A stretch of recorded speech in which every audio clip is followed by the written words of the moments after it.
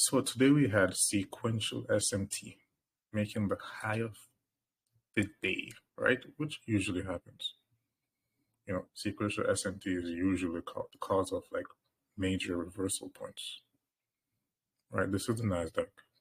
I'm pretty sure everyone can see my mouse right now. This is the NASDAQ, this is the S&P 500, and this is Dow Jones. As you guys can see, the NASDAQ fell way more than Dow, and the same thing occurred within the price section of the S&P 500.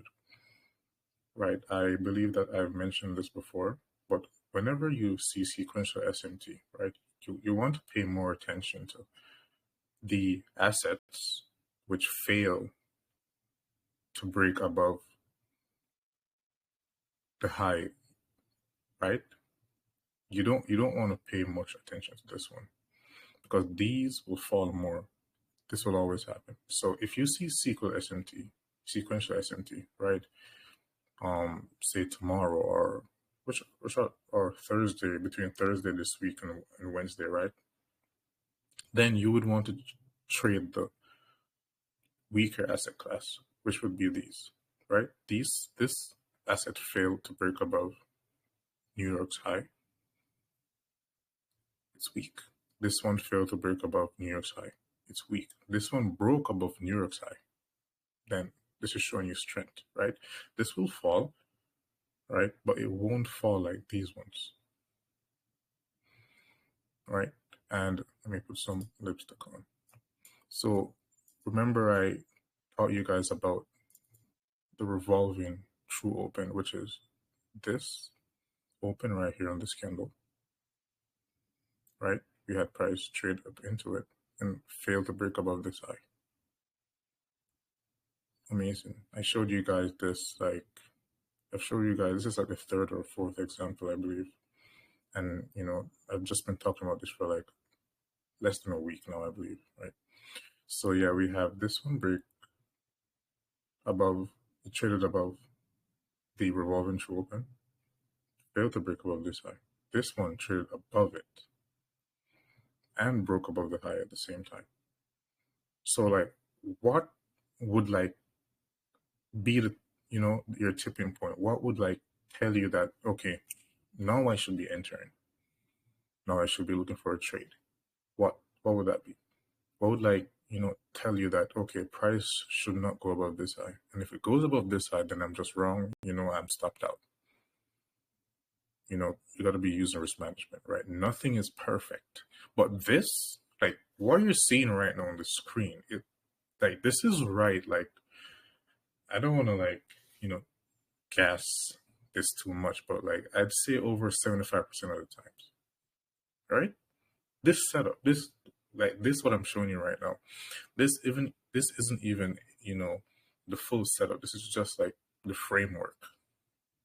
This is just the piece of time that you apply to other setups to make them stronger. So you can see that over this right here, this side of time, before 12 p.m., this is the New York session, right? And this is the afternoon session. So remember, New York or Q3 must form a swing high or a high, right? And then break down going into Q4, right? Following Q4 must trade above the revolving true open, which is the difference or the opening price of Q4, right? So price goes above it, fails to break above this high. I'm just saying this again, I need you guys to understand. Price goes above this one, fails to break above this high. But here we have SMT, where price breaks above this high while going above the revolving true open. So say price is here right now, right? You're like literally here, and this has not formed yet. Right here, you will be looking over here to see if price is above this high. Whenever price breaks above this high and it's revolving true open, right? You got to see if price is above this high. Is it? No. Is it? No. And this would be the candle. If we're going to talk about this one, right? 1305. And this is 1305. So right here, you could go short here with your stop above this high, not expecting it to go above it. Right? And I remember afterwards, price was around here. I tweeted it. Not tweeted, my bad. I posted this in the group. Right? And then afterwards, what happened? It broke lower, came back into this fair value gap, and then up to now, it's been going lower. Right? So this is actually, it's crazy, right? The SMT between Q3 and Q4. Another thing. And another thing that you would like be looking for is you would like to see Q3 expand, right? As it should do. You want to see Q3 expand, or form a larger range than what, Q1 or Q2 did in the day. So we had Q3 expand, and this, before Q4, this was the larger range, right? So Q1 and Q2 formed a smaller range than this, and this overextended. After this, if you see Q3 form a larger range than Q2 and Q1, you can expect Q4 to form a larger range than Q3. And whenever I give you guys, the actual model, it will have like which time frame to use or which cycles, stuff like that. Don't worry, you'll get that whenever we move to the next group, which is going to be this week, I'm pretty sure. So here again, you can see the sequential SMT between, right, which forms within the second half of Q3 and within the first half of Q4, right? Write that down, that's important. Some of you will like not pay attention to that, but everything I say is important, right? So now, when we look at we look at the higher time frame, you can see how badly the Nasdaq fell, S&P 500, right? S&P 500 took out this low, Nasdaq took out this low, which would be a shift of market structure, right? If we're actually looking at price properly, and failed to take this one out,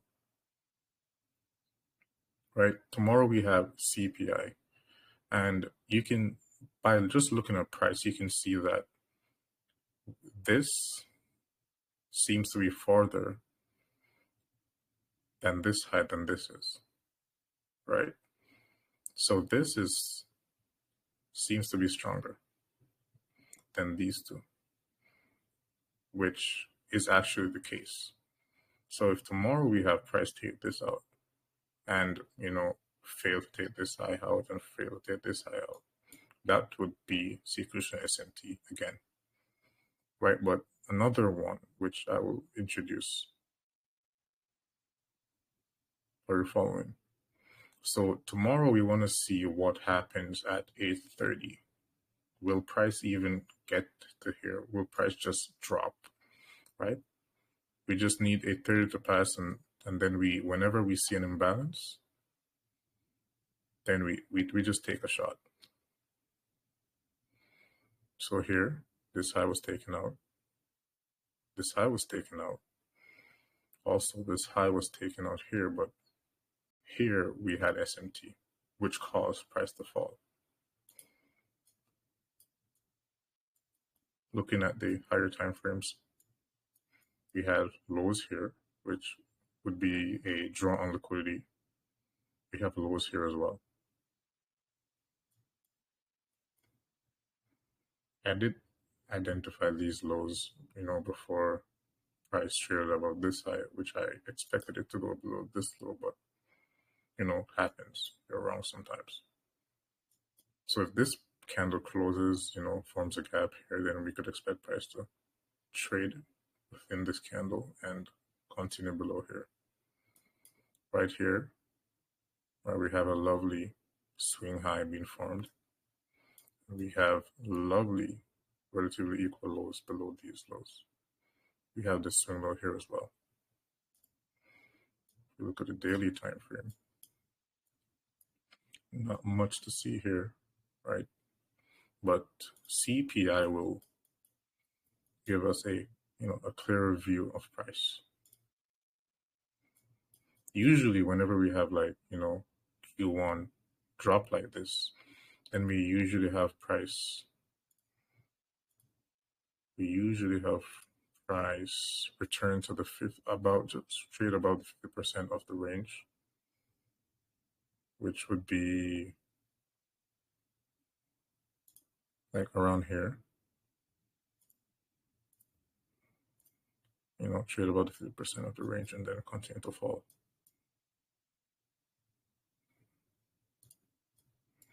So yeah, so far, yeah, I'm not expecting this to just be going up forever. We need SMT, right, to initiate the downtrend that I'm looking for. As you guys can see, right, even though I remember right here I wanted to see price lower, right, and I don't mean just like barely go low. I mean like actually taking out lows like this, but it went higher. But that's just what trading is, right? You're not gonna get everything correct, right? I was right for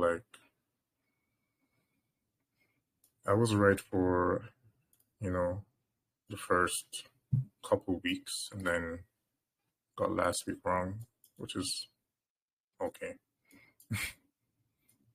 I don't feel any way at all. That's just how it is. Don't win all of my trades. No one does. Even if you're really good, you're gonna lose at least like 15-10% of the time. So sequential SMT between Q3 and Q4, that will be the base of the model that you will be learning, right? And it will have specific time frames for specific cycles. And as long as you follow the rules, you should be able to find setups. A lot of you will be posting, and I'm pretty sure afterwards, trades and so on, as many of you have already been doing so. But like some of you need me to actually tell you exactly what to look for. But some of you can make your own models already, which is good. But everyone's different. Everyone picks up information at a different speed.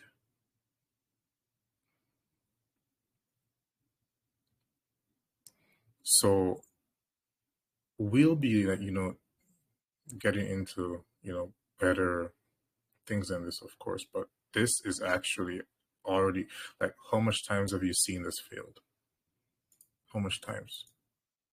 Right? And I'm being specific when I talk about that. So I'm like using the New York session, the afternoon session, using Wednesday and Thursday.